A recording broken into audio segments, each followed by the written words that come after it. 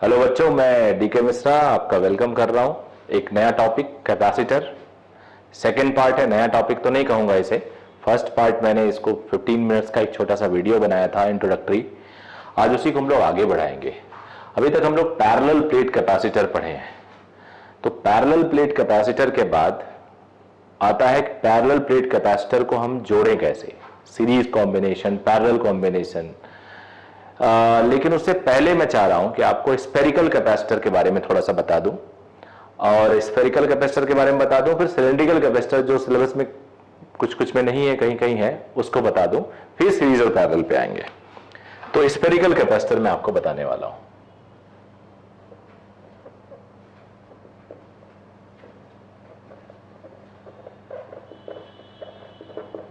Spherical capacitor, एक sphere ये है जिसका रेडियस ये है, कोएक्सियल है, कॉन्सेंट्रिक।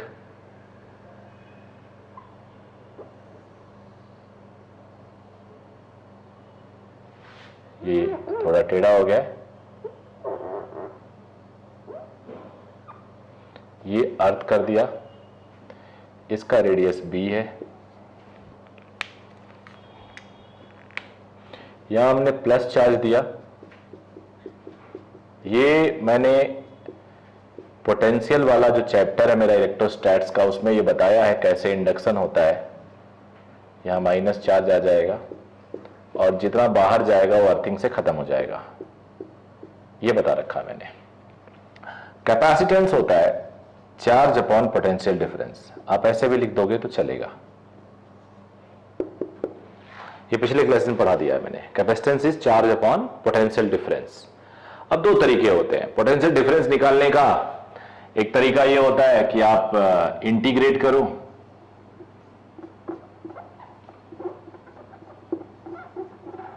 यह तरीका होता है। एक शॉर्टकट आप चाहो तो सीधे v प्लस लिखो और माइनस v माइनस लिख दो, वहां से भी आंसर आ जाता है। तो कोशिश करता हूं दोनों बता दूं मैं आपको। इलेक्ट्रिक फील्ड निकालने के लिए आपको पूरा वही प्रोसेस लगाना होगा। अब मेरा पर्पस है कि इस क्लास, ये जो लेक्चर है सबके लिए बेनिफिशियल हो। 11वीं क्लास के 12वीं क्लास का बच्चा हो जो फर्स्ट टाइम जा रहा है, उसके लिए बेनिफिशियल हो। तो मैं इस मेथड से भी बता देता हूं, जो एक्चुअल मेथड है। एक गॉसियन सरफेस लिया मैंने r रेडियस पे, यह है Gaussian surface. Why I am considering Gaussian surface? Just to get E। अब यहां पे इलेक्ट्रिक फील्ड और एरिया तुम खुद देख रहे हो, उसके अंदर वाला चार्ज इलेक्ट्रिक फील्ड देगा। तो एरिया वेक्टर और फील्ड पैरेलल है। सो गॉसियन सरफेस GS लिख देता हूं। For GS E dot DS is equal to, ये फ्लक्स है, EDS, E यूनिफॉर्म है,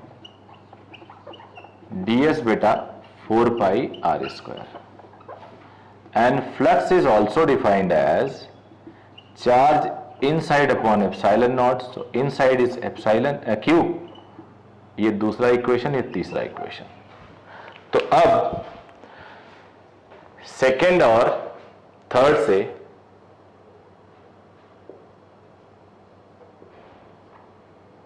E into 4 pi r square is equal to q upon epsilon naught. So electric field is r square. अब E dot dr निकालना है, तो integration of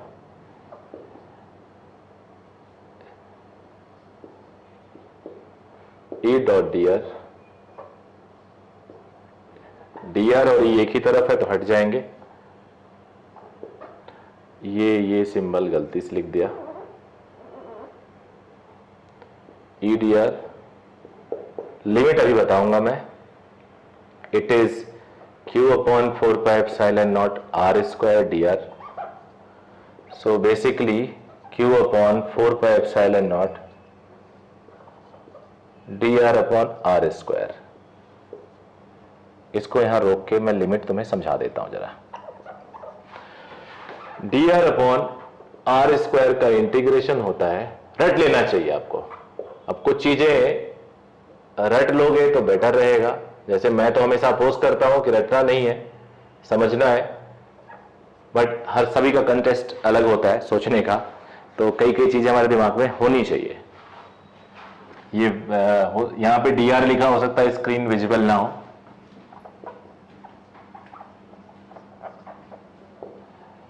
तो ये आ जाएगा r to the power -2+1 upon -2+1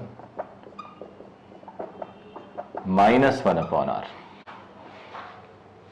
-1 upon r। तो अब ये आ जाएगा माइनस माइनस प्लस हो गया, माइनस बाहर कर लिया, 1 अपॉन r, और लिमिट b टू a।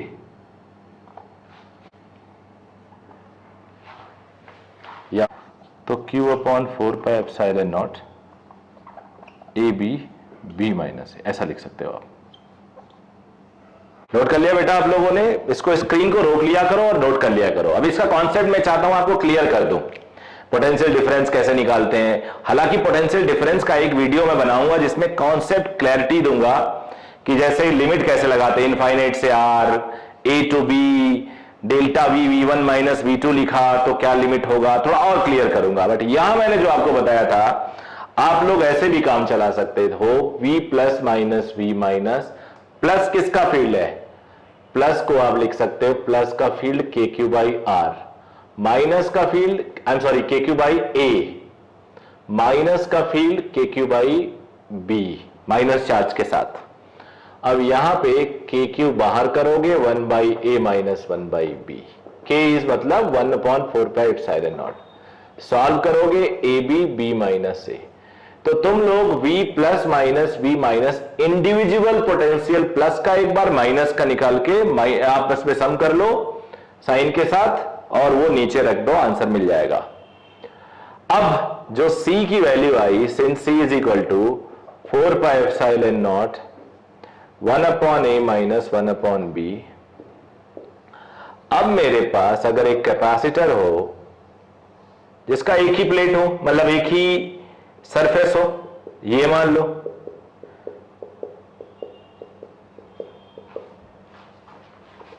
ऐसे। अब अगर एक ही सरफेस है चार्ज क्यू, तो आप मानोगे आइसोलेटेड कैपेसिटर है, आइसोलेटेड कैपेसिटर। इसमें A is equal to R ले लेते हैं, और B दूसरा प्लेट इसका इनफाइनाइट को है, क्योंकि कैपेसिटर 2 प्लेट को लेना पड़ेगा, दूसरा इनफाइनाइट मान लो, तो फ्रॉम 6 होगा, I hope, from 6 C is equal to 4 pi epsilon naught 1 by are minus 1 by infinity, तो ये 0 हो जाएगा, और ये हो जाएगा C is equal to 4 pi epsilon naught R. याद रखना ये बड़े काम का है, आइसोलेटेड स्फेरिकल कैपेसिटर का कैपेसिटेंस हो गया 4 पाई एप्सिलॉन नॉट आर। अब थोड़ा सा यहां मैं लिखूंगा, और अर्थ को हम, if earth is assumed as an isolated capacitor, अर्थ के पास भी चार्ज होल्डिंग कैपेसिटी बहुत ज्यादा इनफाइनाइट, तो रेडियस ऑफ अर्थ हो जाएगा 6400 किलोमीटर, तो कैपेसिटेंस होगा अप्रॉक्स, जहां तक मुझे याद आ रहा है 711 माइक्रोफैरेड। एक बार चेक कर लेना, यही है वैसे तो 711 माइक्रोफैरेड। तो इतना बड़ा अर्थ है, उस कैपेसिटेंस की वैल्यू माइक्रो में आ रही है, तो छोटे मोटे कैपेसिटर को आप सोचो, इसलिए इसकी यूनिट माइक्रोफैरेड सूटेबल है जो लिया गया है। तो ये रहा स्फेरिकल कैपेसिटर। अब मैं आपको बताऊंगा सिलिंड्रिकल कैपेसिटर, और एक सिलिंड्रिकल कैपेसिटर लेते हैं। सिलिंड्रिकल कैपेसिटर भी वैसा ही कॉन्सेप्ट है, तो आप ध्यान से देखो जरा, इधर थोड़ा सा ज्यादा ड्रॉ हो गया है तो काइंडली इग्नोर। एक गॉसियन सरफेस लेते हैं, वो भी सिलिंड्रिकल ही होगा,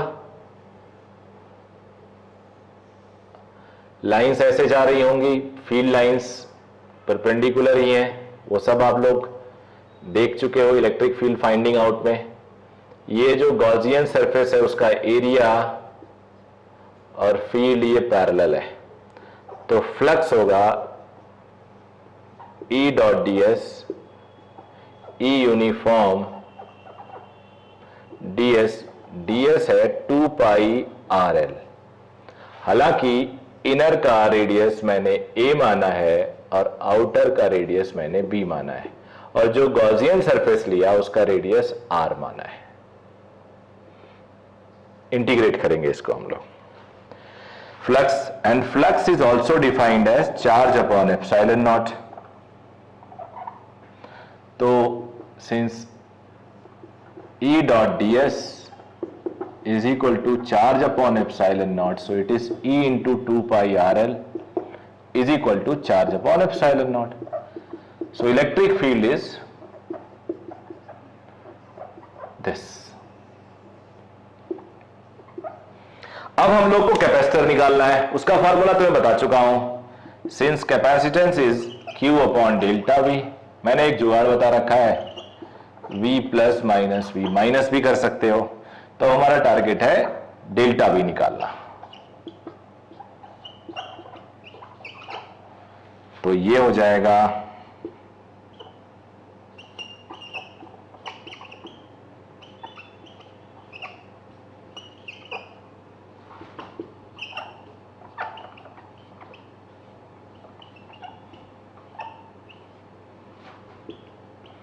लिमिट के बारे में तुम लोग सोचो, बताता हूं, चेक करना फिर जो मैं लिखूंगा।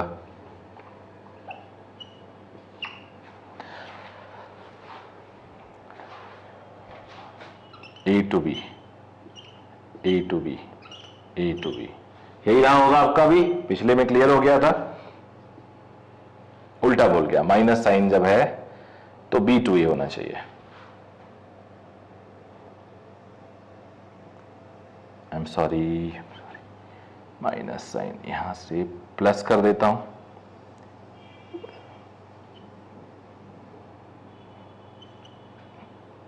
जब माइनस साइन रखते हो आप तो इन्फिनिटी से आया करो, मतलब दूर से पास। ये दिमाग में रखो, गलती नहीं होगा। दूर B है, पास A है, बड़े से छोटा। माइनस हटा देता हूं तो लिमिट चेंज हो जाएगा, तुम सबको पता है। अब हो जाएगा A to B। जब माइनस साइन हो तो आप इन्फिनिटी से आओ, log R, log upper limit minus log lower limit.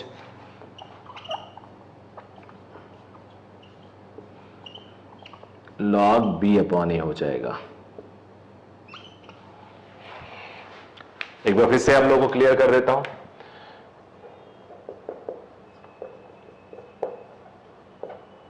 Infinity से R, तो याद रखो दूर से पास, दूर से पास, ठीक है बेटा। तो अब फ्रॉम 4 and 5,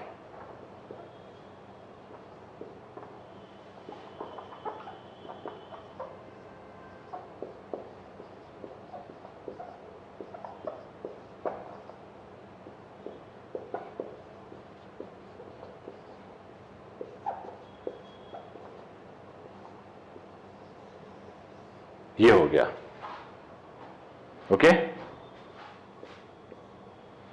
याद रख लो, ये भी एक फार्मूला है, कॉपी कर लीजिए आप लोग स्क्रीन को रोक के। तो इस तरह से स्फेरिकल कैपेसिटर और सिलिंड्रिकल कैपेसिटर ये आप लोगों ने देख लिया। तो हमने क्या क्या पढ़ा?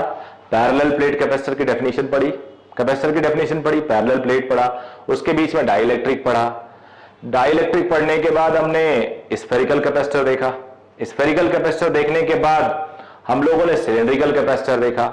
इनका डेरिवेशन फॉर्मूला याद रखो, डेरिवेशन आता है तो बहुत अच्छी बात है, नहीं आता तो कोई बात नहीं। इसके बाद हम लोग क्या देखेंगे? इसके बाद कॉम्बिनेशन ऑफ कैपेसिटर्स देखेंगे। ओके बेटा, चलो, थैंक यू।